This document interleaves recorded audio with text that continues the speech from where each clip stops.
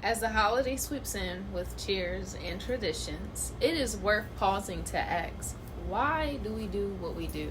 And what are we doing it for, right? We have these traditions that have been passed down, but do we understand the reason why we're participating in them?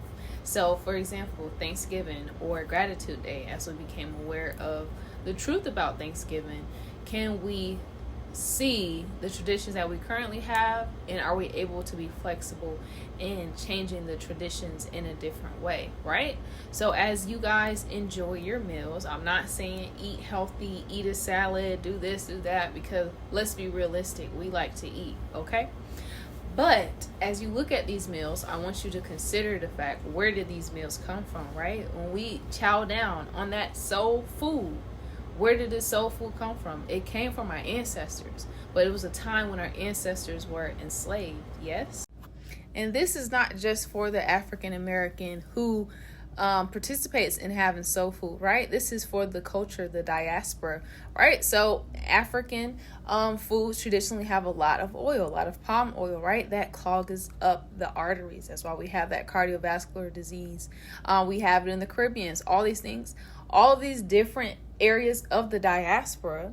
We all have the same root of our ancestors' history and why we have the meals and the place that we have. So again, don't just think this is just for the Black American, but also this is for you.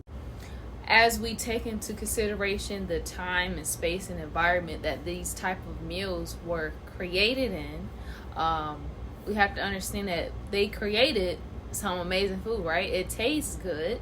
However, they were given the scraps, the leftovers, the leftovers of what the colonizers had, right? And they did what they had to do because they had to. Now that we're living in this moment in time, we don't have to eat the same foods, or we don't have to eat in the same way they did. Not only because we know better, right? We know more about our health. We know that we tend to have hypertension, diabetes, and cardiovascular disease, clogged arteries. Why? Because of the way that we traditionally were eating and making our food. But again, when you know better, you do better, right? So knowing what we know now, and as we begin to continue to value our temple and really start thinking, what does it mean to have a legacy and really living for our future generations and for our healthier tomorrow, I want to ask, what ways will you change the traditions of Thanksgiving / Gratitude Day? How will you change the way you cook your food? Or how would you change the way you eat? Because again, on this day, we tend to overeat, right? And we look at that plate knowing that we're not going to finish all of it.